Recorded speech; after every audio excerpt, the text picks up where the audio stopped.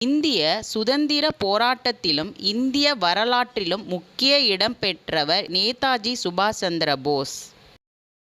வங்காளத்தில் புகழ்பெற்ற வழக்கறிஞராக திகழ்ந்த ஜானகிநாத் போஸ், பிரபாவதி தேவி தம்பதிகளின் 9வது குழந்தையாக ஜனவரி 23, 1897 பிறந்தவர் சுபாஷ் சந்திர போஸ். நேருவை விட 8 வயது இளையவர். லண்டனுக்கு சென்று ICS, தற்போதைய IAS படிப்பு படித்தவர்.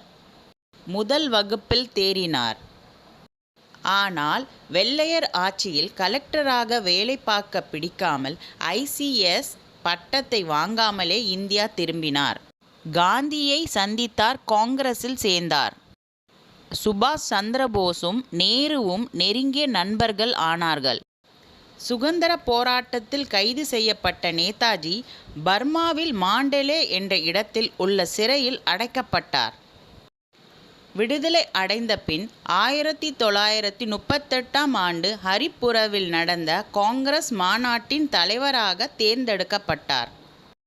சட்டமன்றங்களை கைப்பற்றினால் மட்டும் போதாது, வெள்ளையர்களை வெளியேற்ற தீவிரமாக போராட வேண்டும் என்று வீர உரை நிகழ்த்தினார். அவர் புகழ் நாடெங்கும் பரவியது. அவரை நேதாஜி, அதாவது தலைவர் என்று மக்கள் அழைத்தனர்.